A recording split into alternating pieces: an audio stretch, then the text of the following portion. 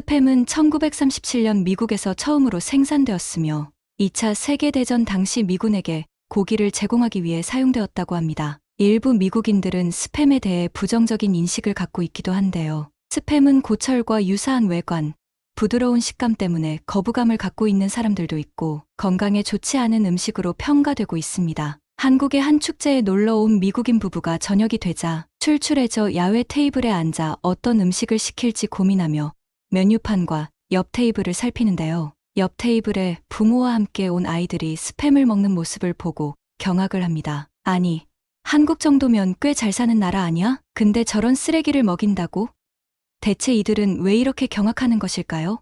함께 알아보도록 하겠습니다. 안녕하세요. 감동박스입니다. 여러분들의 구독과 좋아요는 영상 제작에 큰 힘이 됩니다. 오늘도 도착한 사연 박스 열어볼게요. 해당 사연은 미국에 사는 고든 씨의 이야기와 커뮤니티 내용을 바탕으로 재구성하였습니다. 안녕하세요. 저는 미국에서 와이프와 함께 사는 고든이라고 합니다. 우리 두 사람의 직업은 요리사로 같은 호텔에서 일하다가 눈이 맞아 결혼하게 되었습니다. 이제 막 2년이 되어가는 신혼부부인 만큼 깨소금 쏟아지는 나날을 보내고 있습니다. 1년 전 저희는 호텔 주방일을 관두게 되었는데 저희 부부가 가지고 있던 계획 때문이었습니다. 저희 부부는 오랫동안 자신의 가게를 갖고 싶다는 꿈이 있었고 결혼 후 서로 힘을 합쳐 퓨전 음식점을 운영해보자고 생각했죠. 저희는 가게를 본격적으로 운영하기 전 잠시의 휴식을 위해 한국으로 향했습니다. 저나 와이프나 오랫동안 요리사 일을 하며 한시도 쉬지 않고 달려왔기 때문에 재충전의 시간을 갖고 싶었거든요. 저희는 한국에서 에어비앤비를 하는 한국인 친구 동식의 집에서 한 달간 머무르기로 했습니다. 동식은 제가 취미생활로 한국의 태권도를 배울 때 태권도 사범으로 있던 분이셨습니다. 현재는 한국으로 돌아가 아내분과 다른 사업을 하며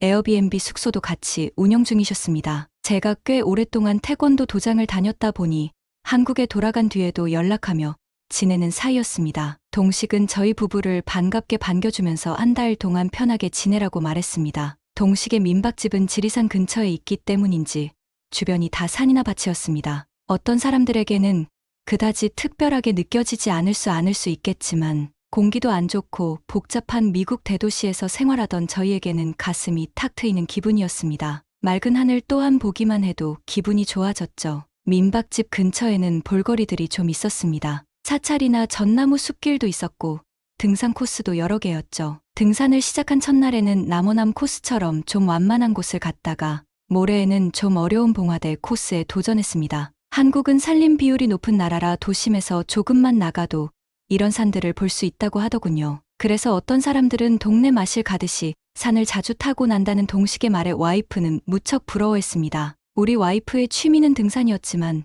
미국은 제대로 등산할 만한 산을 찾으려면 차를 타고 1시간은 이상은 가야 했으니 한 번 갈 때마다 큰 맘 먹고 가야 했거든요. 와이프는 제가 아침에 책을 보거나 제 생각을 정리하는 글을 쓰고 있으면 산을 타러 갔다 왔습니다. 산을 실컷 타 행복해 죽겠다는 모습을 보니 정말 한국에 오길 잘했다는 생각이 들더군요. 와이프가 산에 빠져 있었다면 반대로 저는 한국 음식에 빠져 있었습니다. 한국 음식들은 확실히 미국 음식보다 건강했습니다. 한국의 쌀이 주식인 나라인 걸 알았지만 흰쌀밥뿐만 아니라 잡곡이나 콩도 넣어 먹는다는 건 그때 처음 알았습니다. 처음엔 무슨 밥이 이렇게 색깔이 특이한가 싶었습니다. 동식은 웃으면서 이건 잡곡밥이라고 불리는 밥이라 설명해 줬습니다. 건강과 다이어트를 위해서 많이 먹는 밥이라면서 영양소도 좋은 게 많이 들어있다고 하더군요. 민박집 주변에 있는 식당들도 이 잡곡밥을 쓰는 곳들이 꽤 있었습니다. 처음엔 그러려니 하고 먹었는데 일주일을 먹다 보니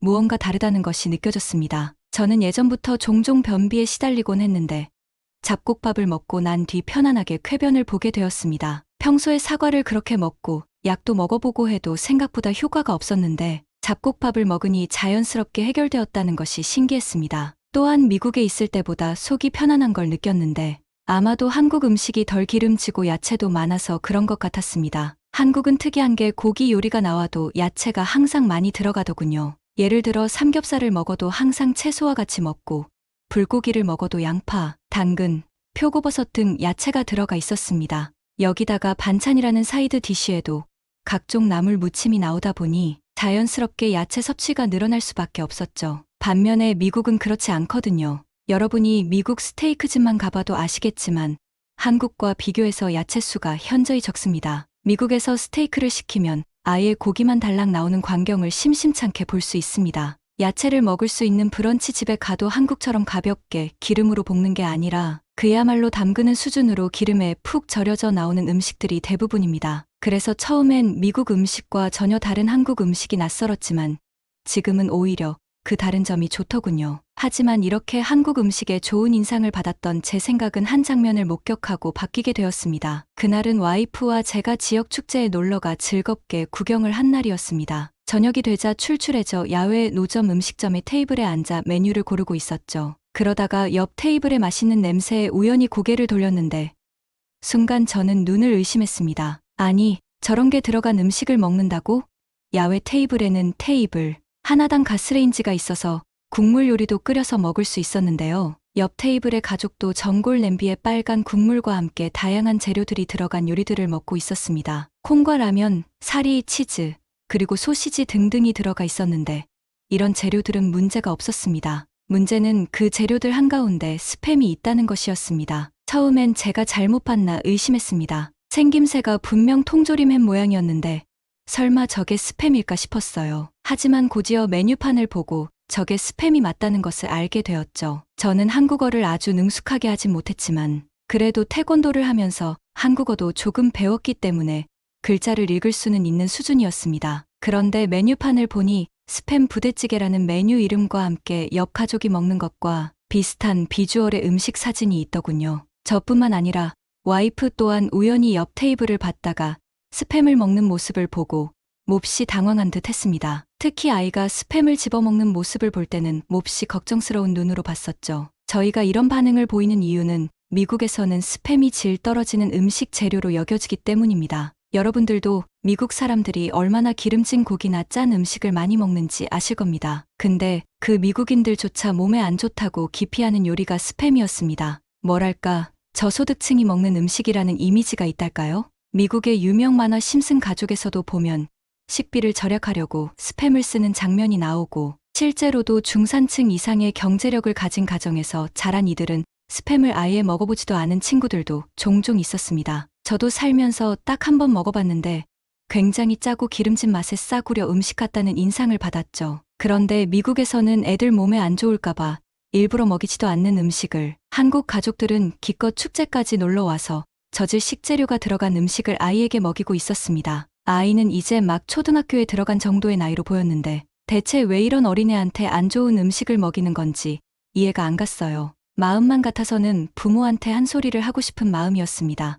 이날 축제에 돌아온 이후에 부대찌개를 한번 인터넷에서 검색해봤는데 생각보다 꽤 많은 한국인이 스팸이 들어간 부대찌개를 즐겨 먹더라고요. 심지어 스팸 부대찌개에만 들어가는 게 아니라 스팸, 덮밥 같은 다양한 요리에도 활용된다는 걸 알고 몹시 충격이었습니다. 아니, 한국인들은 평소엔 건강한 음식을 섭취하면서 스팸은 왜 그렇게 좋아하는 건지 이해할 수 없다는 생각과 함께 저는 절대 스팸 요리는 먹지 않을 거라 생각했습니다. 그런데 그로부터 며칠 뒤 동식의 민박집에 한 청년이 찾아왔습니다. 청년은 미국에서 동식한테 태권도를 배운 남자였는데 한국에 계시는 할머니를 보러 왔다가 다시 미국으로 돌아가기 전 동식을 보러 왔다고 말했습니다. 저희 부부도 끼어서 함께 식사하며 서로 즐겁게 담소를 나누었죠. 처음 보는 사이인데도 무척 말이 잘 통했습니다. 청년은 돌아가는 길에 곧 한국의 추석이라서 명절 선물로 가져왔다며 동식에게 선물을 건넸습니다. 저희 부부는 여기서 다시 한번 눈을 의심해야 했습니다. 내색하지는 않았으나 몹시 충격을 받은 상태였어요. 지금 명절 선물로 저딴 걸 준 거야?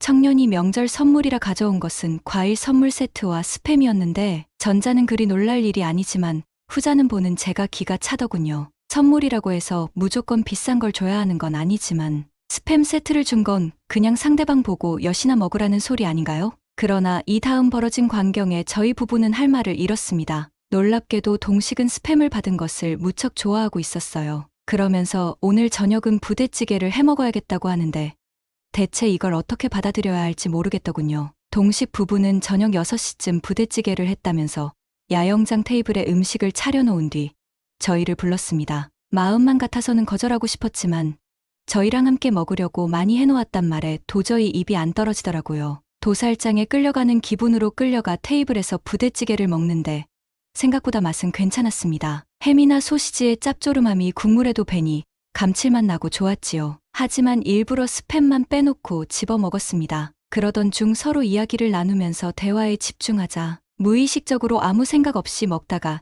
실수로 스팸을 집어먹어 버리고 말았습니다. 아차 싶었을 때는 이미 입안에 들어간 이유였죠. 그런데 스팸이 제가 생각했던 맛이 아닌 겁니다. 제가 미국에서 먹었던 스팸과 다르게 훨씬 덜 작고 맛도 더 좋더군요. 저는 처음에 부대찌개 국물이랑 섞여서 그런가 싶었습니다. 그런데 동식의 부인께서 따로 구워놓은 스팸을 먹어보니 확연하게 미국 스팸과는 맛이 다르다는 걸 알았습니다. 저희 와이프에게도 한 입 먹어보라고 하니 내켜하지 않다가 먹어보고는 맛있다고 하더군요. 저는 대체 이유가 뭘까 싶어 인터넷을 검색했습니다. 그리고 한국 스팸과 미국 스팸은 전혀 다르다는 것을 알게 됐죠. 한국의 스팸은 미국의 스팸 회사의 상표를 쓰는 것은 맞으나 미국 제품을 수입을 해오는 게 아니라 제조를 한국에서 직접 하더군요. 그래서 한국인 입맛에 맞게 배합 차이라든지 맛이 조정 등 차이가 있을 수밖에 없고 미국 스팸과는 다른 맛을 낼 수밖에 없는 겁니다. 게다가 한국은 미국보다 신품 사업 규제가 굉장히 엄격해 저질 육류를 쓰는 미국과 다르게 상품성 있는 품질의 앞다리를 그대로 갈아서 사용한다고 합니다. 그러니 맛과 품질의 차이가 클 수밖에 없죠. 한국에서 스팸 맛을 잊을 수 없었던 저희 부부는 그 뒤에 일부러 한국에서 제조된 스팸을 해외